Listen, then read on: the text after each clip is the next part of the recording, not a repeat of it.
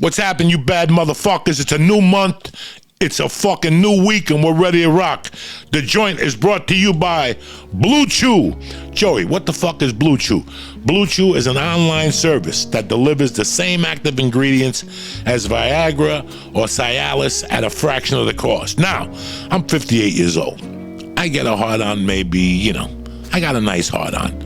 But it's not the hard-on I used to be when I was 21, 22. Blue Chew is fucking tremendous. You could take it anytime, day or night. The process is simple. You sign up at BlueChew.com, you talk to one of their licensed medical providers, and once you're approved, you receive your prescription within days. You're like, Joey, but I got a great fucking hard-on. Let me explain something to you. You can never have a good hard-on. Hard-ons are like money. You can never have enough money. You can't have enough blood in your fucking dick. You want them to call again. You want them to fucking tap out and go to a fucking hospital for treatment. You blew up their fucking pussy. You understand me? That's what Blue Chew comes in. Try Blue Chew for free with promo code Joey. I'm going to have you just pay $5 for shipping. That's it, just $5 for shipping. You could benefit from the extra confidence when it's time to sling dick. And Blue Chew is going to help. They've got a special fucking deal for you. Like I told you, you're going to get Blue Chew for free. Joey, what are you talking about on Monday morning? Free! Free with promo code Joey. Just pay $5 for shipping. That's BlueChew.com, promo code Joey to receive your first month for free. And as always, I want to thank Blue Chew for sponsoring the podcast. The joint is also brought to you by ZipRecruiter. Listen, everybody's looking for fucking people right now. I'm excited. Things are opening. Things are open like the movies and restaurants, but everybody's looking for a fucking job. You want a job? Every place is hiring right now. Forbes magazine says gyms, hotels, and salons are set to go on an epic hiring spree in the next few months. Millions of jobs will need to be filled as businesses keep reopening. How do you hire people fast? Here you go, cocksuckers. ZipRecruiter. Try ZipRecruiter for free. Joey, what are you talking about? You got nothing to lose. Here's the difference with ZipRecruiter. You're not posting a job and waiting for resumes from Joe Schmo to fucking come in. ZipRecruiter has tremendous technology that finds the best people for the job, and it helps you get them. Right now, you can try ZipRecruiter for free. Joey, again, it's fucking Monday. You just gave me Blue Chew pills for free. I'm with you with ZipRecruiter.com. Press in Joey. That's ZipRecruiter.com. Joey. Try it for free just by going to ZipRecruiter.com. The smartest way to hire. Let's get ready for the fucking joint. It's Monday morning, cocksmokers. It's gonna be a beautiful day. Hey,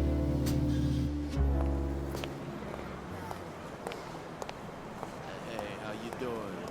Come on in. Yeah, Joey's in the back. Check 1, 2. Welcome to Uncle Joey's Joint.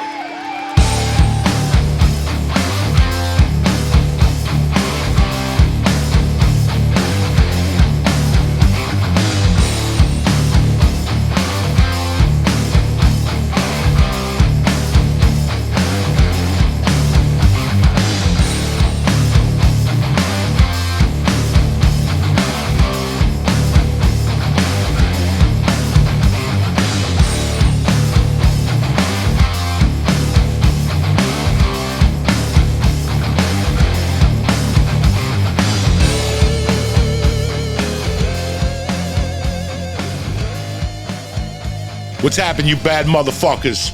It's Monday, the 2nd of August. Another fucking month flies the fuck by.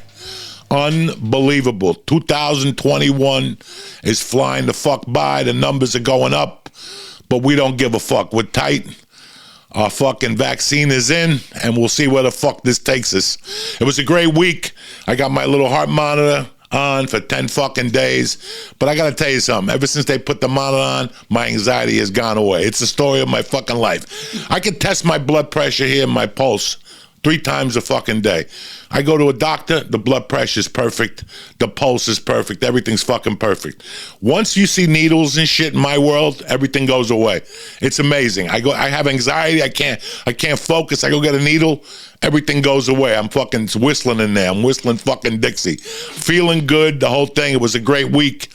I want to talk to you a little bit about comedy today. I did Ryan Sickler's podcast a couple weeks ago, and I talked a lot about Seattle. And let me talk to you about Ryan Sickler's podcast. Whenever Ryan Sickler calls me or I call him and we make plans to do a podcast, I don't really fucking know where we're at till that day. It's not like I prepare the story for you guys. He tells me the night before and I don't even think about it. I just show up that morning and work from memory, you know? And I watched a little bit of his podcast. Josh Wolf called me and he goes, "That's amazing that you remember that story. It was absolutely true." You know, all this shit. But I didn't forget to mention a few things, you know, about Seattle, and I want to talk about them. I have a lot of young comics that follow me. I did not know this, that a lot of young comics are on Patreon, and a lot of comics follow me and they ask me questions. And I still talk to a lot of comics, you know, established ones and non-established ones. They're my friends. What am I going to do? You know, it's not like I don't talk to non-established comics. And they've been telling me lately that comedy clubs have not really been really good to them lately. You know, comedy clubs make their money off established guys, you know, Tom Segura, Bird, Ali Wong, you know, shit like that. Rogan, you know, but those comics are in arenas and in theaters. So all that's left are, you know, non-established comics trying to make a name for themselves. Now, one thing about me is I never forgot where the fuck I came from. I never, ever forgot. And if you talk to young comics, I've always been the voice of reason for them. If they have a problem, they could call me. We'll talk about shit. You know, I like the established guys, but I learn more from the non-established guys. The non-established guys are the ones that keep me afloat, let me know what's going on out there, you know. I really, really want to go back out there and just do little sets, Uncle Vinny's, shit like that, you know. And Uncle Vinny and Dino at Uncle Vinny's is one of the best club owners you ever do business with. One thing I got to talk about him is that I got to give him props. I enjoyed my little couple weeks down there. And when I'm ready to go back, I'm definitely giving my loyalty to Dino. He's a great guy. It's a great club. But I'm hearing a lot of clubs I used to go to. The clubs are turning on the comics. They're cutting their pay. They're fucking taking away bonuses. You know, half of these clubs got big-time loans during the pandemic. Some of them fucking stayed open because they're greedy fucks and didn't give a fuck about you or your family or anybody else. And if you went, you know, I'm happy that you're still supporting comedy, but I wanted you more to stay away from co-video situations, and you could watch. There's a million fucking specials you could watch if you need to laugh. I mean, you know, I'll watch Rodney's specials, you know, with fucking Sam and Dice and all that stuff. But, you know, I one thing I forgot to mention in that thing about Seattle with Sickler was how good the scene was to me. You know, I was very fortunate. And trust me, there was a lot of comedy club and one-night owners that were scumbags to me. They were scumbags to everybody. That's part of the business. If you're a young comic, you've already seen it. You see how you get treated. They don't give a fuck. It's like being an extra when you're starting out. You know, jiu-jitsu is a game of percentages, and they tell you that a lot of people stay in jiu-jitsu till they get their blue belt. It gets really tough after your blue belt. You know, now you know what's going on, you know what's happening. So it's your ego now. And a lot of people just, you know, if you make it to a blue belt, the odds of going up are not that high. It's a lot of people quit when they have their blue belt. I had to stop going, and I got my blue belt. It didn't work for me anymore. I miss it, you know, my knees are fucked, whatever. But it's the same thing with stand-up. If you could go past the 4th through 6th year, 7th year, you're in this for good. It's that 4 through 7 year that gets really hard. if you don't adjust, it's going to get really hard. I know comics that have been doing comedy for 20 years and never gotten nowhere. I respect them because at least they went up there and they tried it and they stuck with it. That's the most important thing. You never know when that knob is going to turn and when it's going to be your favorite. Listen, I never thought it would turn for me, and it did. And it wasn't a movie. It wasn't a set that changed my life. It was podcasting, because now people could see who the fuck you are, not just judge you by your stage performance. You're telling them what's in your soul, what's really going on with you, and they really appreciate that. But one thing I'm going to start doing is I'm going to start every episode, especially when I do a comedy episode, I'm gonna thank the people who helped me. There were some really decent fucking people. You know, I got on stage in 91 and I went to Comedy Works in Denver, great club. And, you know, in 94, I got thrown out of there. You know, I got asked to leave because some manager said some shit about me, whatever. It didn't really matter. I never stopped loving Wendy. And I'll tell you why. Most people would have gone, you know, fuck you. I didn't do that. With Wendy, Wendy ran and still runs a great fucking club.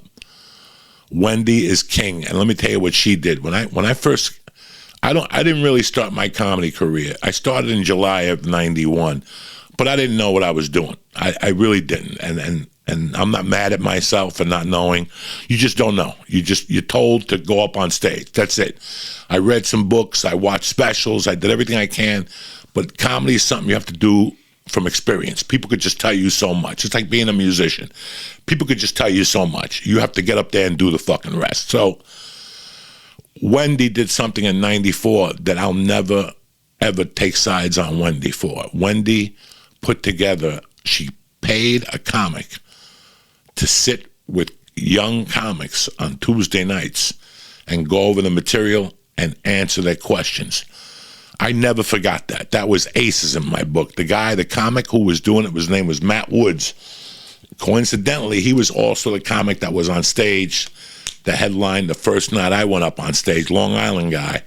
And he was the same comic in 93 that got in my face and told me how much potential I had and whatnot. So he is very special in my heart, Matt Woods. Matt Woods, Jimmy Abeda and Andy Payton, Wendy, Todd Jordan, Rick Kearns, all those comics. And although, you know, Wendy's not a comic, she's a club owner, but they really fucking helped me. They nurtured me, the whole thing. My feelings were very hurt when I got thrown out of the Comedy Works. I knew it was a business. I'm not that fucking retarded, and I didn't take it personally. A lot of people would have taken it personally. Now let's talk about Seattle. What I forgot to drop. You got to dehydrate. What I forgot to drop on the Ryan Sickler podcast was how special that time was for me. You know, if you listen to that story, I got arrested 6 times. You know, I took a gun out of a cop's hole. I mean, it was a fucking adventure, but the comedy was so high level. I think about Seattle, and one thing I forgot to say on that podcast was how thankful I am to that scene I was involved with, how thankful I was to Brody, how thankful I was to Josh Wolf, you know, it prepared me for LA. It was the next level. You know, right now you live in Boston. Right now you live in Nashville. You know, right now you live in Minneapolis. You're an open micer. You're on that cusp. You're starting to get MC spots at the House of Comedy. You know, you're doing one-nighters around town. Maybe you're running your own night, you know. You're in. But there's always one comedy club owner that wants to bust your balls. He doesn't like your material. And you know what, man? At that period from 4 to 6 years, your ego is very soft. You're still looking for an identity up on stage. The last thing you need is some fucking owner telling you suck, you know, which they will. They'll tell you to your face. We think you suck. You're not good enough. You know, you're not allowed in the green room. They play games like that with you. You look at them and you go, you know what? Go fuck yourself. You know, I'm still a fucking man. Never mind the open mic. I don't need to kiss your ass.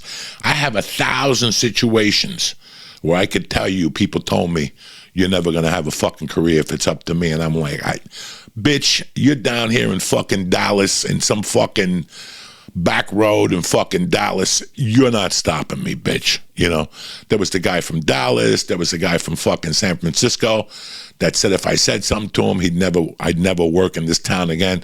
And I told them all to suck my dick. You know me. You know I told you motherfuckers I used to send out blank tapes to bitches. I didn't give a fuck. Somebody asked me for a tape, I would send them a blank tape. You know how many people hired me and I caught them in a fucking lie? Your tape was great. No, it wasn't. There was nothing on that fucking tape.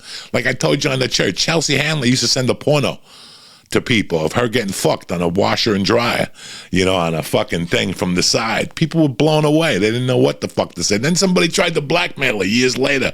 Like, hey, we got a tape of you having sex. She's like, stupid. I sent it out.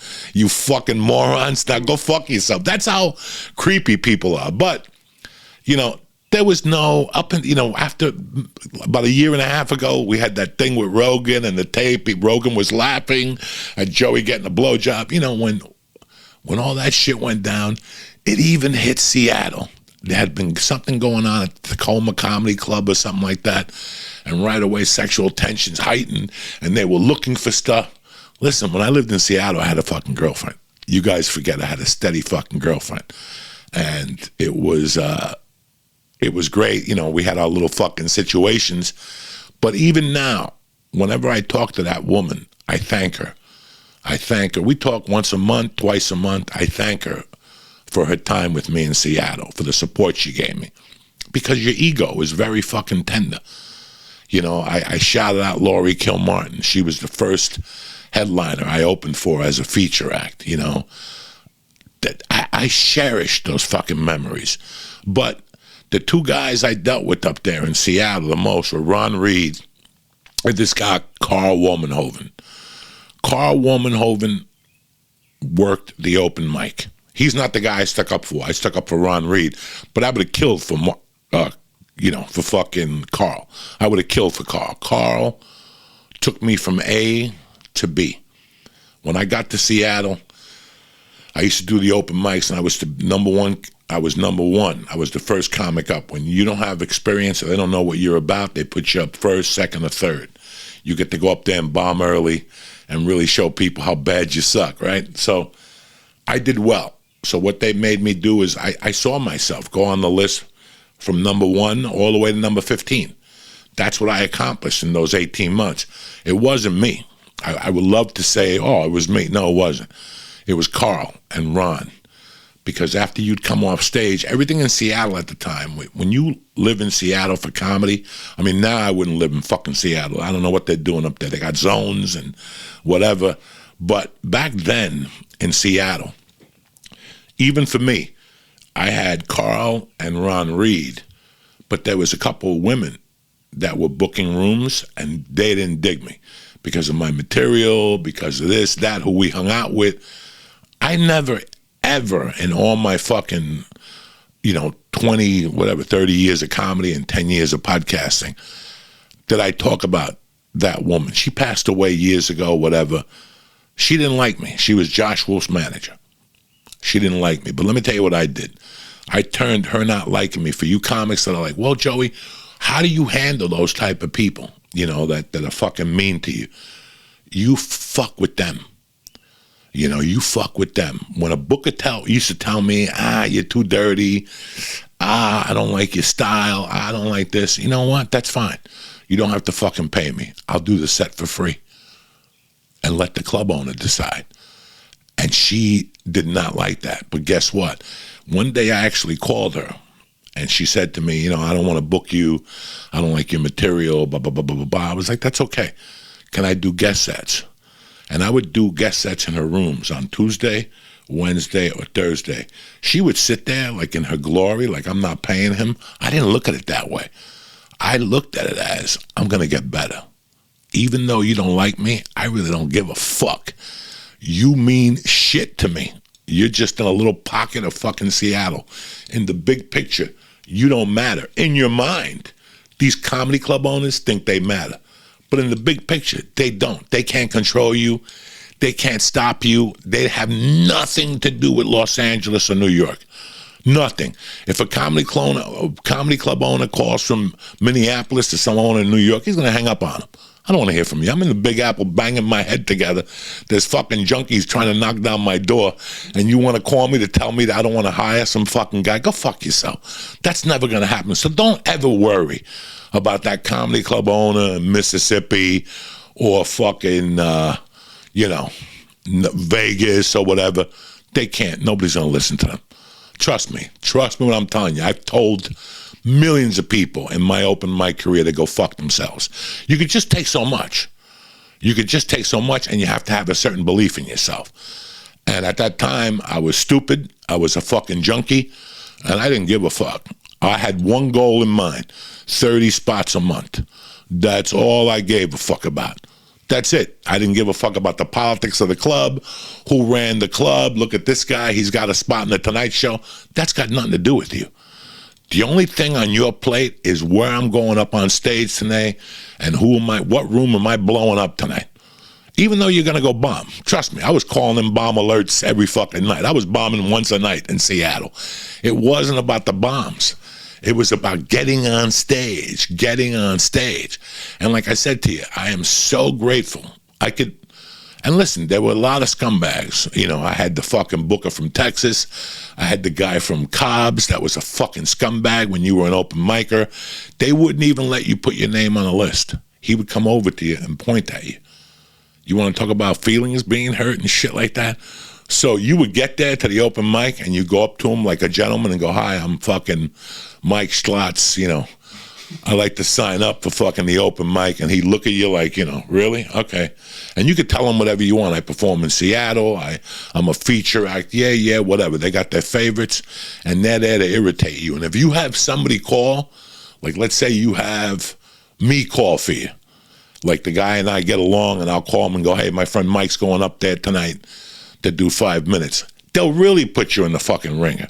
They'll put you up last just because you had a friend of yours call. That's how cold fucking blooded it was up in fucking Seattle and all the other fucking states I performed at. I remember going from Seattle and I was a feature act in Davie, Florida. And it was how I met Jimmy Florentine. It was 1997 in Davie, Florida. And it's how I met Jim Florentine. I worked with the lady from Night Court. I opened up for her. And I'll never forget, I was a feature act. I was doing spots at the fucking store. I went to Florida for $400 for 6 shows. $400. It covers the plane ticket and a gram of blow, and you're fucking broke. And I did it, $400 going to Florida in 1997. And you know what? She was a fucking scumbag to me. They didn't care, but that's what I'm saying about today. That if they didn't give a fuck 30 years ago about you, can you imagine now after the fucking pandemic? And my whole point of doing this today is letting you know that no matter how much of a scumbag these club owners are, it should not deter you from your dream. Not even at all. If you let them fucking win, you're not going to have a fucking career. If you let them get to you, you're not going to have a career. Whether it's a guy in the audience, a comedy club owner, anybody says something derogatory to me, I got my fireman hat on. It rolls right the fuck off, and I keep fucking going because I know in 10 years I could call you and go, "Hey, remember me? You said I'd never amount to nothing? Go fuck yourself, bitch." That guy from San Francisco I talk about, he fucking went up to Ralphie May once and asked Ralphie May. This is even after I was in L.A., after I was a regular at the Comedy Store. He asked Ralphie why Rogan brought me and Ari on the road with him. He goes, "They're like 2 fucking bums. I can't believe Rogan brings those 2 bums on the road with him." And I told Rogan, and I went up there one time with Rogan. I pulled the guy aside. I'm like, "Hey, man, I heard what you told fucking Ralphie. Who the fuck do you think you are?" The guy's not even in the fucking business anymore. So don't ever let a comedy club owner ruin your fucking dream, or some fucking jerk-off booker ruin your fucking dream. Your dream is solid. You don't need them. Trust me when I'm telling you. I got into altercations. There was a chick that used to run the Funny Bone in Idaho that used to wear like Lisa Loeb glasses, and she thought she was fucking cool. And I remember one time I went up there like in 98 to open up for Christopher Titus. And like 2 nights in, I couldn't get coke, and I did like a fucking couple lines of speed, and I was up for 3 days. And she came up to me one day, like on a fucking Friday, and she was like, I got to be honest with you, I don't like what you're saying on stage. You know, she was very like, you know, she thought like, if you were anybody, you wouldn't be in fucking Idaho. If you were anybody as a comedy booker, you wouldn't be in fucking Idaho. So do me a favor. Take your little fucking faggy fucking glasses and go fuck yourself. You know, she was one of those Lisa Loeb, not Lisa Loeb, she was one of those fucking, like, you know, she was all duded up. She would wear the shirt rolled up to show her little parrot tattoo on her arm. Like I'm supposed to be impressed. She would wear different hats. There was a Chinese chick at the Cleveland Improv. She was hotter than fuck, Sarah Nye, hotter than fuck. That bitch didn't get dick. She was getting fucked by somebody with a little dick. She was the most evil motherfucker in the world. I'll never forget that bitch. She got out of the business. I'm telling you, half these people got out of business. They don't matter. They don't fucking matter. If you're a young comic, look at them, go, okay, good, and steamroll them. You keep going out and you keep getting better. Don't let them deter you. Any club you start at, like if you, okay, for example, I started in Denver, okay? The Comedy Works liked me. I could always work the Comedy Works, then they fucking banned me. But there was 2 other clubs in Denver. There was the Comedy Club, that the owner was great. He recently died about 10 years ago. God bless his soul. He helped me out a lot. And there was a club in Westminster. Let me tell you about life. I started at this club as a fucking doorman. I went from doorman to sound guy and doorman to barback, sound guy and doorman. I did everything for them. They loved me and I loved them until I got up on stage. Then they fired me. And for years, I would call and go, can I work the club? Nah, we don't like you. And my feelings would get hurt. Listen, if I could do it all over again, my feelings wouldn't get hurt. Don't ever let your feelings get hurt because a club says he doesn't like you. It's like anything else in life. There's 400 clubs. 100 clubs aren't going to like you. Don't take it personal. It's part of the business. 150 clubs are going to adore you, and 100 clubs are going to be okay, you know, in your world. But you got to understand, if there's 450 comedy clubs, 100 of them aren't going to like you. Okay, who gives a fuck? I still got my fucking dream. So who the fuck are you to tell me? I had so many fucking people tell me I didn't have a career. I had so many fucking people. Listen, the guy from the Laugh Factory, when I got off stage the first night, and I love him now. He's a great guy. I love Jamie Masada. But back in 97, you had to fucking wait all day. You had to be there at 6 in the morning and wait till 6 o'clock at night. Richard Lewis would stop and bring you waters. So for all you people who talk bad about Richard Lewis cared about young comics. And he would say to us, he would drop off the waters on Tuesday and go, I wouldn't do this if I was you guys. Have a little fucking class. But you're too stupid. As a young comic, you don't understand where he's coming from. Me, if I could do it again, I would have done it again. It was a great 12 hours to stand out there. I got to see what other young comics were thinking, how confused comics were, how... I'll never forget, there was one guy out there. I got to LA on a Monday night. I went to the store, and on Tuesday morning, I was told to go to the fucking Laugh Factory. And I waited online with a dear friend of mine from Seattle. The second day I was in LA. And there's a guy out there that knew everything about everything. You know those guys? They know everything about everything. Meanwhile, he was an open micer, but he knew everything about everything. Okay? He didn't shut the fuck up all fucking day long. I didn't say 2 words. I just kept my mouth shut. I watched and I listened. The Comedy Store, the Improv. This guy knew about every club, every booker. I was like, wow, this fucking guy is great. He didn't shut up the whole fucking day. Loud, big guy, sweetheart of a guy. We became dear friends later on down the line. Sweetheart of the guy. But that first day, he wouldn't shut the fuck up. 12 hours, he didn't stop. Guess what happens? He's like number 3 on the list. They say his name, he goes on stage, all of a sudden he becomes a fucking mouse. You can't even hear me saying, me. What the fuck? You out there for 12 hours talking shit all day like you knew everything about fucking comedy, and you get up on stage and you're a fucking dunce. He was like retarded. He didn't say a word. He didn't get a laugh. And then years later, he used to sell little trinkets at the store and bracelets and shit like that. Nice guy, sweetheart of a guy. He was from another country, whatever. He was like an immigrant from another country. Great guy. We ended up becoming good friends. I forget what his fucking name was.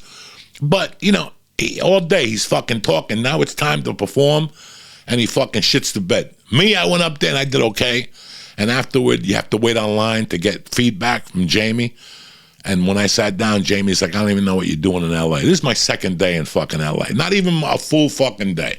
I just get there and Jamie says to me, I don't even know what you're doing in LA. You don't belong here. You belong in Las Vegas. You're a club act. You're not a big time act. How do you think I felt? Most people would have folded up their chairs and gone home after that. I looked at him. I said, thank you for your input. I appreciate it. You know, if you don't think I belong in your club, I could live with that. It's not the end of my fucking dream. And let me tell you what happened. That Friday, I talked to Felipe Esparza, and Felipe told me to go to the Brave Bull. Rudy Moreno, great guy. We're still friends. We still talk on Facebook. Rudy wouldn't call me back because Rudy was getting overwhelmed with phone calls. Felipe said, just go down there, fool, and show up. And I went down there and I showed the fuck up and blew up the fucking room. I'll never forget, there was a guy named Gilbert Esquivel, another great fucking Mexican dude. He pulled me aside. He goes, hey, what are you doing on Monday night?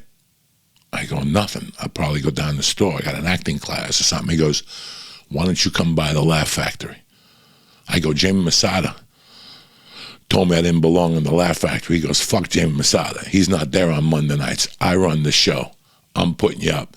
And even though Jamie didn't like me, Gilbert put me up every fucking Monday at 9:25, 9:15, 9 o'clock. I would get $25. I would go next door and eat for like $10, the sandwich place. And what was so I didn't do spots at the Laugh Factory during the week. But I did Monday nights in front of a fucking great crowd at a great time. And guess what? Half the movies I got on my resume, half the deals I got, half the things I got were from Monday nights at the Laugh Factory. So I didn't give up. Don't ever give up as a comic. I don't give a fuck what anybody tells you. You have a dream, keep fucking pushing. And if that's one thing I learned, that's what I learned in Seattle. That nobody fucking matters in your dream. Not even me. If you call me tomorrow and go, Joey, go fuck yourself, and I have the balls to say to you, you're done in comedy, it's a lie. There's nothing Joey could do to you. There's nothing nobody could do to you. And if they do, what is it going to be? Some fucking worm comic who's going to call and say, don't give you fucking work? Well, guess what? When you start selling tickets, you think the comedy club owners give a fuck? Why do you think I'm so fucking done with this business? Because for 10 years, when I was opening up for Rogan, they would pull Rogan aside, or they would pull me aside, or they would talk to Rogan and not talk to me and Duncan, or they would not talk to me and Ari, or they wouldn't talk to Ari and Duncan. People didn't really want to talk to us. They just wanted to talk to Joe, and that was fine. Your feelings get hurt for about a minute, and then you realize what's going on here. And you fucking run with it. And you look at that guy and you go, someday, you're going to fucking pay me. And someday, I'm going to shove my dick up your ass. And right now, you're looking at me going, Joey, how can you say that about a comedy club owner? It's the truth. I had many a club owner that said shit to me. And guess what? 15 years later, they were paying me, telling me how great I was. I laughed. I took the check. I cashed it. But on the way home, I felt sorry for them. Because they weren't really being them. You know, there was a comedy club owner a couple of years ago. I'm not going to throw him under the bus. Great club, great city.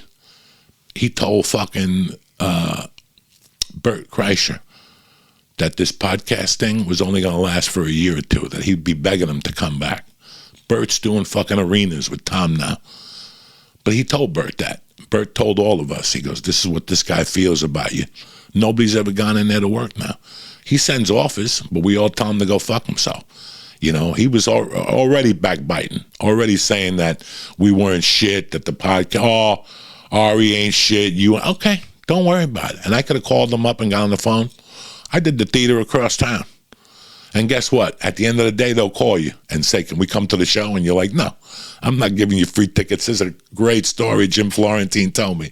That fucking, remember the time I did the church and we were talking about Danny Murr had just died? I think Bert was on the church, me, Bert, and Lee, and we were talking about Danny Murr. And I said, rest his soul, fucking cocksucker. Anyway, Danny Murr told Jim Florentine he didn't want to hire him. God rest his soul, Danny Murray. He's been dead for like fucking 5 years now. Nice guy, but fucking what a fucking puke. Fucking guy. Oh, that guy was a fucking puke. But, you know, he wouldn't hire Jim. And then Jim went to do a rock club somewhere, and the guy called him and said, can you leave tickets at the door? And Jim's like, fuck no, I'm not leaving shit for you. That's what I'm talking about. That's a real fucking comic. When you don't give a fuck. Like I said, the name of this episode today is It's Your Fucking Dream.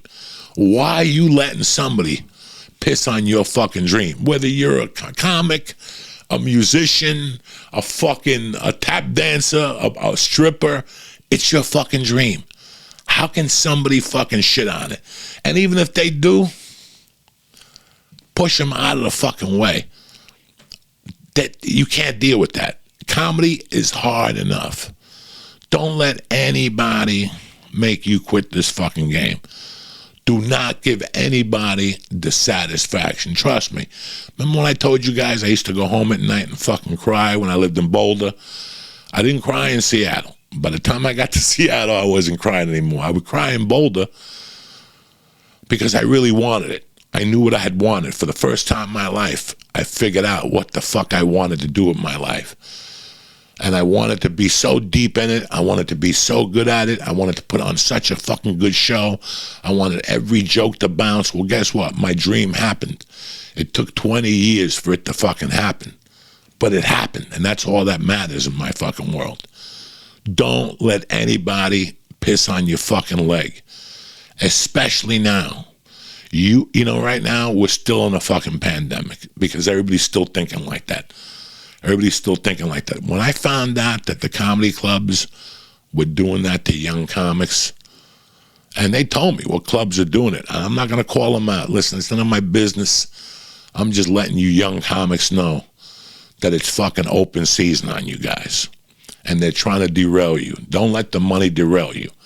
The money will come later. Do not. When I first got into comedy, there were so many people who made fun of me under my breath. Like, so you do this for how much? $50? If I did it, I'd get paid a lot more. I'm sure you would. I'm sure you would. They couldn't get paid dick. You know how many people I saw, even in L.A., try to fucking say to me, so you do spots at the store for $15? Why would you do that? I'm going here tonight. I'm making $150. God bless you. God bless you. How long is it going to last? How long is it going to last? You're not that good. They're blowing smoke up your fucking ass. That's how it starts. Seattle was such a good scene to me. I was very blessed in comedy. I was very fortunate, and I'm giving the universe thanks for taking care of me because I seen it. I seen people who got out of the business. Listen, if you want to be in this fucking business, find the city. Not L.A., not New York. Find a small city where you could grow. Detroit's a great place. Utah has a great comedy scene. Texas has a great scene. Don't move to Texas to try to get on the Joe Rogan Experience. That's not going to work out for you. But Texas as a whole, to do comedy, you could get good quick in fucking Texas. Everything has a time. If you're a young comic, everything has a time. So for 2 or 3 years, you stay in fucking your neighborhood. When I came to New York in 93, I didn't come to New York to be a comedy star. I came to New York to get my head together, to walk the streets I had walked as a young man, to get strong again, to prepare me for the journey I was going to go on. I knew that when I came back here in 93, I went into New York, I worked a little bit. It wasn't, I could tell I wasn't going to stay here. So I decided to just get strong, take care of myself. I lifted weights, I walked, and I studied comedy. I went to comedy clubs and studied it. Trust me, I was getting treated like shit at that time. I remember going to the comic strip, and they were like, oh, you want to get on stage, you have to sell tickets on the street. And they would give you a book of tickets. So you had to come back with $40. You made $100, but you were going to keep 50. You know what? I sold the tickets. I kept all the money. And I never fucking brought back that $50 fucking dollars. Fuck them. I bought Coke with it. You know, I didn't need to perform at the comic strip that fucking bad. I took their tickets. I'm like, what am I doing? Selling tickets for these fucking jerk offs? Are you fucking retarded, Joey? I'm not selling no tickets for these motherfuckers. I took my money. I bought Coke with it, and I never went back to the comic strip. The New York Comedy Club was taking care of me. Your old Triple M was taking care of me. There was a couple of young comics that ran rooms. They were doing rooms in North Bergen. There was a restaurant on 69th Street that did comedy like on one Wednesday a month. I was going in there. I found my fucking thing, but I knew I wasn't going to stay there. I knew I was going back to Colorado to try to be a fucking dad. That didn't work out. But let me tell you something. Those 18 months in Colorado, thanks to Jimmy Abeda, Bill Bauer, and fucking Andy Payton, those three guys, I want to give them fucking huge thanks because they took me under their wings. They gave me work. I was getting on stage every night in fucking Denver before I left. The only thing that made me leave Denver was my problem with my ex-wife. I got a feature week in Michigan at Joey's Comedy Club. I met the stripper. I went back to fucking Boulder. I made up my mind about my future. She came by, stayed with me for a week. We talked about Seattle. I made some fucking calls. She went to Seattle. I went on a huge fucking triple run for like 5 weeks to make money. And I ended up moving up there with her. And I got there on a Saturday night. And I was at the club the next morning, Sunday at fucking 12 o'clock to see it. It was closed. I went back Monday. I got on the open mic night. And I pushed the fuck forward. And yes, I had a couple fucking problems up there, but it didn't stop me from being a comic. And I'm very fortunate that I went to Seattle and I did it the way I did it. I went to Boulder. I went to New York. I got awakened in New York of who I was and what I was going to do, and that this was a real fucking business. You had to toughen up for this fucking business. This was not going to be a walk in the fucking park. I've never said that comedy is a walk in the park. It's fucking hard. And like I said to you, from 4 years to 8 is the hardest. If you could push through that, you're good to go. I became a regular at the store after 6.5 years. Was I ready? Not really. But I'm going to tell you what I had at the time. I'm going to tell you what got me through all those years. My stage presence. My stage presence was second to none from the very beginning. I knew how to lie. I knew how to listen. When you use a stolen credit card, and it's like an Asian guy's name, like Wing Ho, and you go in there and try to use his credit card, you got to act, Jack. You know what I'm saying? You got to like Pablo Escobar, the guy that played Pablo Wagner Mora, Mora Wagner, whatever his name is. He walks fat, like he's skinny, but he walks fat, like he's fat. I've never seen that done before. I've never seen that done before. A skinny guy walk fat. If you watch Narcos, watch Pablo Escobar, the guy that acts him, he walks fat. He walks like he's 400 pounds, but he's really in fucking shape. I mean, towards the end of season 2, he gets fat, he lets himself go. They put padding on him, but don't believe the fucking hype. That guy was such a good actor, he walked fat. That's fucking amazing. Well, you faked the funk. I watched Bill Hicks. I watched Andrew. I watched Kennison. I watched Robert. I watched so many comics, and one thing they had was on stage, they did not care. They faked the funk. I didn't know what I was doing. I had no idea. But when I went up there, I didn't fidget. I gave you the impression that I didn't know what I was doing. I didn't touch the mic awkwardly. My elbow didn't go up when I picked up the mic. If you touch the mic, don't let your elbow go up. That's your years of insecurity, and that's your years of inexperience. Don't touch that mic. Don't touch it. Talk with your fucking hands. And that's what I did in the very beginning. I just copied that from other people. It's not that I fucking invented it. It's not that I read it in a fucking book. No, nobody fucking told me. These are all the things that you pick up in the beginning to fake the funk. You know, walk in the room like you got $200,000 in your pocket. Meanwhile, you got 8 cents. And 3 pennies are fucking browner than death. They're not even those shiny pennies. You know what I'm saying? They're those brown pennies that nobody wants. Even the Hindu at 7-Eleven looks at you when you give it to him like, I don't want this fucking brown penny. Like, that's how fucking brown the pennies were. I don't give a fuck how broke you are or whatever. You walking on that fucking stage like you own that fucking club. You own that fucking club. Don't ever let anybody, like, people always told me we didn't like your material, we didn't like that. I don't give a fuck. You know what? I'm going to sell it to you in a certain way. You may not like my material, but I'm going to sell it to you in a certain way. And guess what? I don't like my material either. But I'm going to sell it to you tonight. I'm going to sell it to you and you're going to pay me. And that's the way it's going to be. So again, in rapping, don't let nobody fucking piss on your dream as a comic. Right now, it's tough out there. It's tough in the world right now. It's tough all over. Getting a laugh is probably a little tougher than it used to be. I don't know. I don't believe in that shit. All audiences are the same to Uncle Joey. I never said to, in the beginning, I didn't like performing for people who had hair like me, like white hair people. I would go, fuck, I hate these people. They're not gonna laugh. I would bomb before I even went up there. Don't do that to yourself. I loved every fucking minute of it. As a young comic, get yourself into a groove. Get yourself with the, listen, I was very fortunate that I had Josh, I had Tana Manu, I had Brody, there was some comics that died from Seattle. I forget what his name is. He went on later on and bought a club in Lubbock. He was very good to me. You have to find your little comedic circle. Learn from them, take from them. Don't get mad at them. Listen, this is a business. It's not a fucking, if somebody doesn't pick you for something, it wasn't your turn. It wasn't your time. Keep your mind open. For years, I wanted to go to Montreal. They didn't want me. I mean, they were making excuses. Oh, he does this with his hand on stage. It's annoying. Really? My little hand twitch bothers you on stage? Obviously, we don't. After a while, give up. You don't need that shit. Like, give up naturally. I'll give you an example. There used to be a club, Catch a Rising Star. They used to be in Reno, Princeton, New Jersey, and Las Vegas. The people who ran it were nice fucking people. I sent them a tape, and I called them every fucking day for a fucking year. Maybe 2 years. Maybe 2.5 years.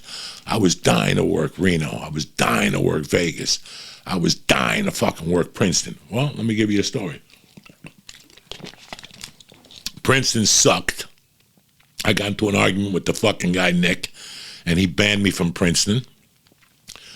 I was dying to do Reno. You want me to tell you how I got into Catch a Rising Star? 3 years I called that dude. And if you know anything about me, I will call you till you die, change your number, or fucking hang up. And if you hang up, I'm going to call back. When I was looking for work, I didn't take no for a fucking answer. I don't give a fuck. You're going to give me work. I'm going to continue fucking torturing you. I'm going to keep filling your fucking message box. And I'm going to keep mailing you shit. I am fucking brutal. When I was into comedy, when I was in that level, oh my God, you would hear from me Monday at 9 a.m. Monday at 9, you don't know how many bookers would pick up the phone. Hello? Joey Diaz here. I want to know if you have any availabilities this week. And they would go like, Joey, why don't you call me back after 12? Fuck you. Clock starts at 9, cocksucker. I didn't give a fuck. I didn't give 2 fucks whether you were sleeping, you weren't sleeping. It's business time. I never gave up on myself. I didn't give a fuck. Keep calling them, keep sending them tapes. I remember when I moved to LA, there was this movie that Marky Wahlberg was going to do. And it was Vinnie Curto turned me on to it. It was Vinnie Curto's story. It was Marky Wahlberg, and De Niro was going to play Angelo Dundee. It was a great story. And I forget that Sheila Jaffe, if you look at The Sopranos casting, in L.A. it was Sheila Jaffe, and in New York it was something Walken. It was Christopher Walken's wife. She cast The Sopranos. They were partners. Sheila Jaffe was in L.A. She was one of the biggest casting directors. Dog, when I found out about that movie, I would go home every night from the Comedy Store, do coke, and lick envelopes and send them out to people. I would lick envelopes. Joey, what's licking an envelope? You take a manila envelope, you put your resume in there with your bio, and you write a letter handwritten, not computer written, handwritten. And I'd also include 2 tickets, four people to come see me at the Comedy Store. I would send those motherfuckers out every goddamn night to movie people, casting directors, commercial agents. I didn't give a fuck. My goal was to send 10 envelopes a night. And I'll never forget that after 3 months, Sheila Jaffe agreed to see me for one of the roles. Guys, I went in there and ate a bag of dicks. I'm not going to lie to you. I went in there and it was a slow death. But on the way out, I'll never forget her looking at me going, Joey, before you leave, hold on.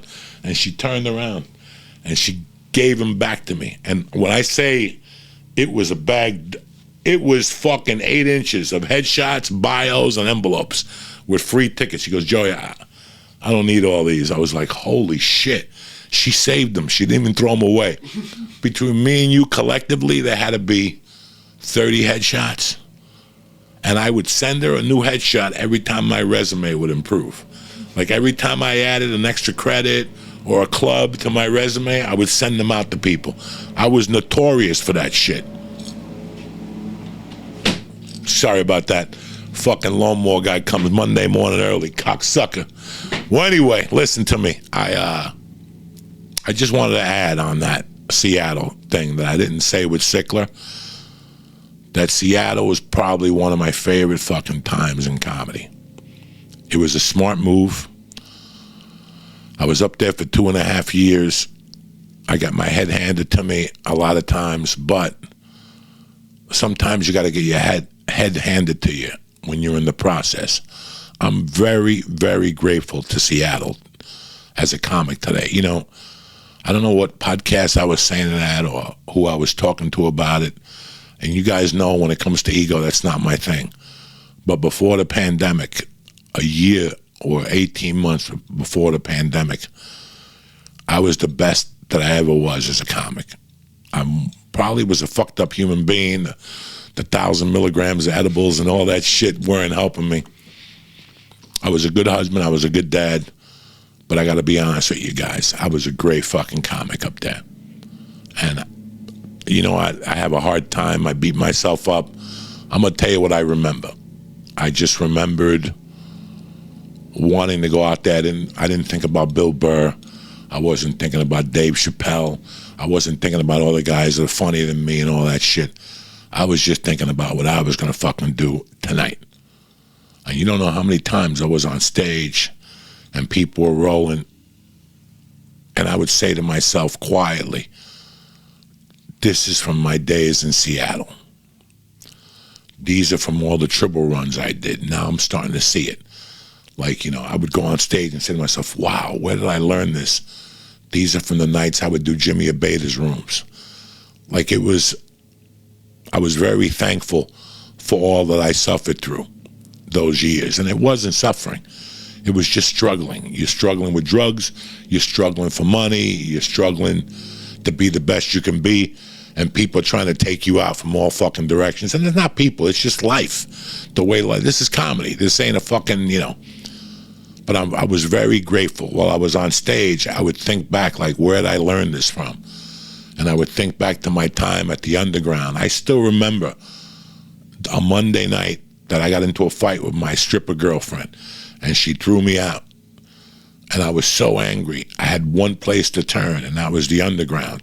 Her and I had plans, and I wasn't going to go down to the Underground that night.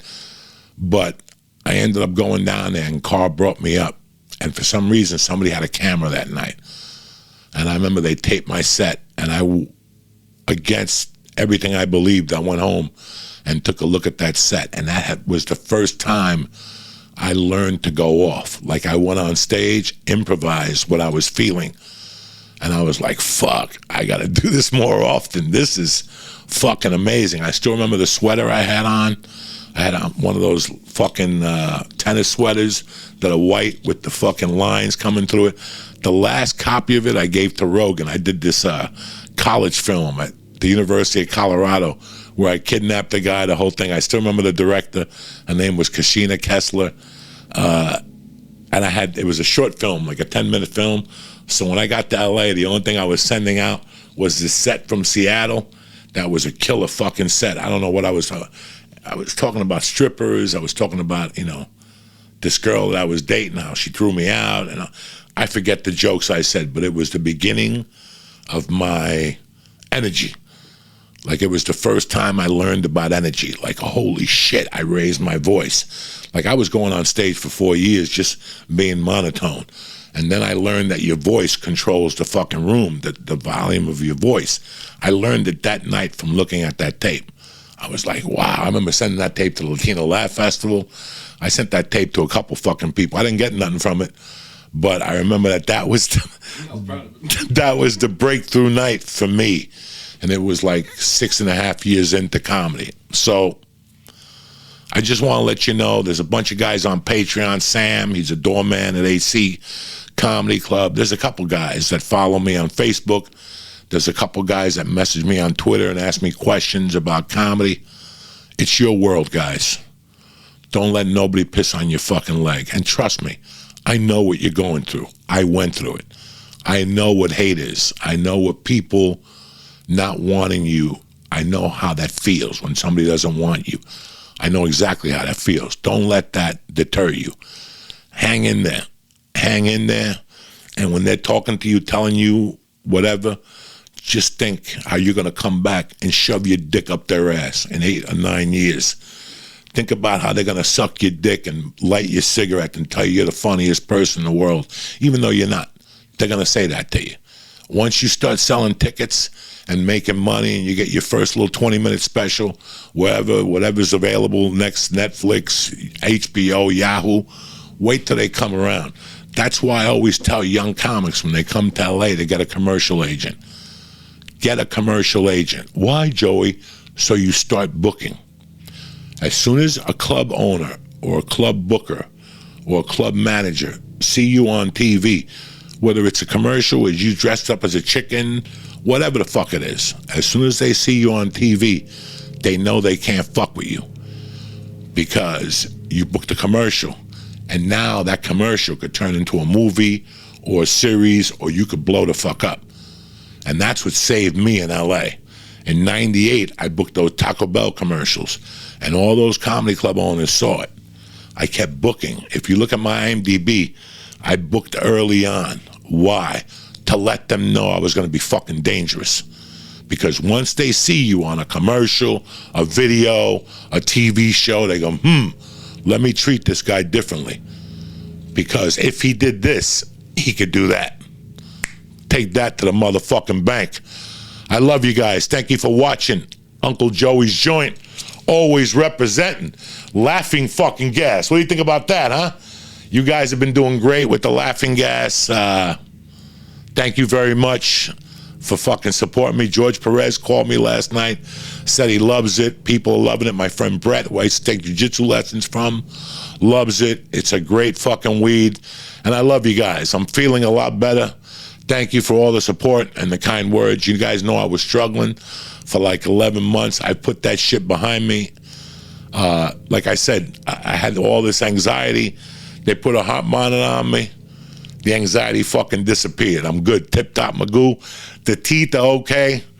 My gums are turning purple, but what are you going to do? It could be worse, you know what I'm saying? This tooth is a little fucked up. I bit into a sandwich last night. I started bleeding. But this is all going to be behind us fucking soon, guys. Thank you for all your support. Thank you for being on Patreon. Thank you for supporting the ice cream shop and Laughing Gas. And I'll see you motherfuckers Wednesday, August fucking 4th. Can you believe that? It's fucking August already, cocksuckers. The rent is due. I love you, cocksuckers. Stay black. I'll be back Wednesday with another fun-filled episode of The Joint. Thank you very much for watching on a Monday morning. I hope that this helps a lot of young comics. Don't let nobody fucking crush your dream. Like I said, while they're telling you this, you're thinking, you're seeing yourself fucking them in the ass, and them going, all right, I'll write you the check. I love you guys. Have a great week. Stay black. All right, I want to thank you guys for listening today. I loved going back and thinking about Seattle because I didn't mention a lot of things during fucking whatever, during Ryan Sickler's podcast. So I wanted to get it out there. I know there's a lot of comics, young comics, struggling right now with the clubs and what the fuck's going on. But anyway, The Joint is brought to you by Zip Recruiter. Listen, People are hiring. You want a job? Everyone is hiring right now. Like I said earlier, millions of jobs will need to get filled as businesses keep reopening. How do you hire people fast? ZipRecruiter. I don't care if you have 200 employees or 8 employees. Try ZipRecruiter for free. You have nothing to lose. Here's the difference with ZipRecruiter, okay? You're not just posting a fucking job for some fucking Joe Schmo to show up. ZipRecruiter has fancy technology that finds the best people for the job, and it helps you get them. It tells you who's the most qualified and invites them to apply. It works. Get 2.5 times more candidates this way. Not just candidates, but qualified candidates. People who are going to make a difference for your business. 4 to 5 employees who post on ZipRecruiter get a quality candidate within the first day. Stop messing around. You know, we need all the money we can right now. Right now, you can try ZipRecruiter for free. Joey, what are you talking? Free! Free at ZipRecruiter.com/Joey. Again, that's ZipRecruiter.com/Joey. Joey, Joey. If you can't spell Joey, you're not going to get a fucking job. But ZipRecruiter will still give you a job. Try it for free just by going to ZipRecruiter.com/Joey. Listen to me. ZipRecruiter is the smartest way to hire. Right now, go to ZipRecruiter.com/Joey and try ZipRecruiter for free. The joint is also brought to you by Blue Chew. Can you imagine going through life without a fucking tremendous boner? Blue Chew could help. They're an online service that delivers the same active ingredients as Viagra and Cialis for a fraction of the cost. Like I said in the top of the show, I'm 58. I'm an old goat. I need fucking a little Viagra from time to time. But you guys are saying, Joey, I don't need it. I'm a young guy. I'm slinging dick with 3 hands. Listen, you can't sling enough dick. You could take this anytime, day or night. And the process to get on Blue Chew is simple. You sign up at BlueChew.com. You talk to one of their licensed medical providers, and once you're approved, bam, you'll receive your prescription within days. The best part of this, it's all online. You don't got to see nobody, no doctors, no awkward conversations, no eye contact, no waiting online at the fucking pharmacy. It ships right to your door in a discreet package. Not even your mailman knows. Blue Chew tablets are made in the U.S. of A, prepared and shipped directly. It's way cheaper than a pharmacy. And just to add to this, last Wednesday, I had to go to the heart doctor. You go in there, an assistant comes in, takes your blood pressure, takes your pulse, asks you a couple questions. She asks you what medication you're on. And at the end, she goes, are you still on the fucking Viagra? My heart dropped. That's a woman. I got embarrassed. There's no embarrassment with Blue Chew. Nobody to talk to. This is why I love Blue Chew. So if you could benefit from extra confidence when it's time to sling dick, Blue Chew can help. And they've got a special deal for you, all right? You try Blue Chew for free. Joey, what are you talking about? Free with promo code Joey. Just pay $5 for shipping. That's it. $5 for shipping. That's BlueChew.com, promo code Joey to receive your first month for free. And as always, I want to thank Blue Chew for sponsoring the podcast. I want to thank Blue Chew. I want to thank ZipRecruiter, and I want to thank you guys for always having our back on a beautiful Monday fucking morning. It's going to be a great week. Hang on to your seatbelts. We'll be back Wednesday, same fucking bat time to rock your fucking world. I love you, cocksuckers. Have a great Monday and a great Tuesday, and I'll see you Wednesday. Stay black, cocksniffers. There you go.